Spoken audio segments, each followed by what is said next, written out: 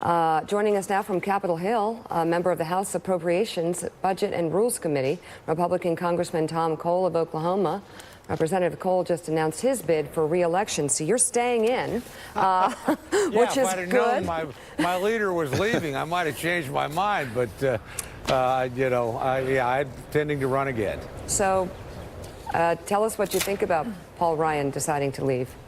Well, it's going to be an enormous loss. There's no question. Yeah. Look, I think he's been a brilliant speaker.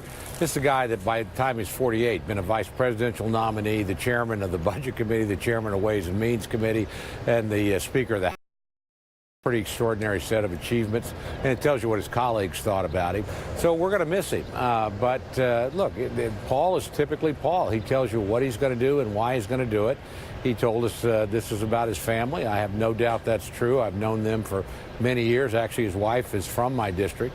And I think he's putting kids and family first. But hopefully, after he has a chance to recharge his batteries when he's done, and he won't be done until January of next year, we'll see him again at some point in public life. I'm a huge admirer of Paul Ryan. Congressman Cole, it's Willie Geist. It's good to see you this morning. You said sort of half joking that you might have changed your mind if you'd known Speaker Ryan was going to leave.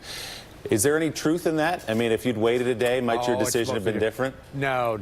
Look, I made this decision some time ago, but again, look, Paul has been he's been here my entire career. I mean, he got here at, in his 20s. I got here in my 50s. So he's a guy that I've really admired and had the chance to be on his committee for 4 years when he chaired budget. So I consider him a really close friend and ally. And again, I think somebody who represents what's best in the House of Representatives, best in public life in America. Speaker Ryan said all the right things yesterday about what may or may not happen come November. A lot of predictions about Democrats taking over the House, so many retirements in your caucus. What do you see coming in the fall? Are you concerned, as many Republicans are? Yeah, absolutely. Look, nobody's had a good midterm election since 2002. It didn't matter if you're a Republican or Democrat. So anybody that thinks we're not facing a challenging environment, is just misstating the facts or just doesn't understand them. But reality is, we've got about a 50-50 shot, in my view, of hanging on the majority. The things we can control, we're in pretty good shape. The candidates in the typical districts where you're really going to win or lose this thing are really good. The committee, the campaign committee, is excellent. It's going to be very well funded. We've got a lot to run on. We've gotten the tax bill through, the repeal of the individual mandate, a lot of deregulation, and a rebuilding of the American military underway. So you've got a case to make, and you've got the tools to make it. But there's no question the other side's energized, and the environment's going to be challenging.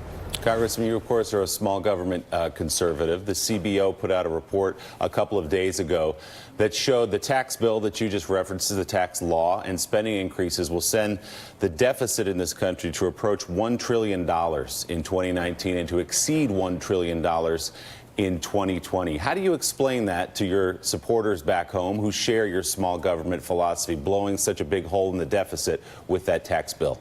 I think that's a good point. I think the real question is when's somebody going to get serious about entitlement reform around here. I've got legislation that would actually start us down that road on Social Security, carry it with my friend, a Democrat, John Delaney. I mean, that's where you get serious. Look, I'm not too worried about Democrats who didn't bother to worry about a $1.4 trillion deficit under Obama, but I am worried that we've got a Republican administration that's put forward nothing serious in the way of Medicare, Medicaid, and Social Security. And that's 60% of all federal spending of those three programs. So until you get serious about that, you're not going to get anywhere close to balancing the budget. You will be, though, Congressman, criticized in your campaign for voting for a bill that added to the deficit and brought it up to $1 trillion next year. How will you answer that criticism?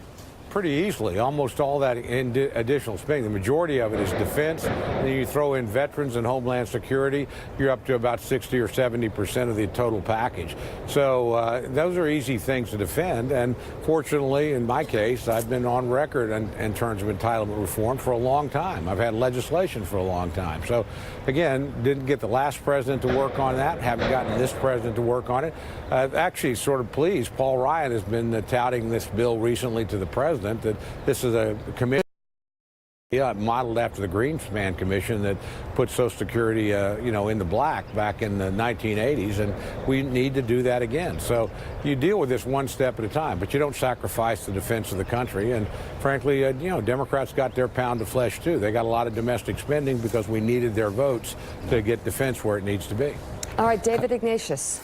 Congressman Cole, I wanted to ask you, what are you hearing from your Republican colleagues this week, if anything, about whether it's appropriate to take steps to protect Special Counsel Mueller? On the Senate side, there's appears to be some movement by Republicans in that direction.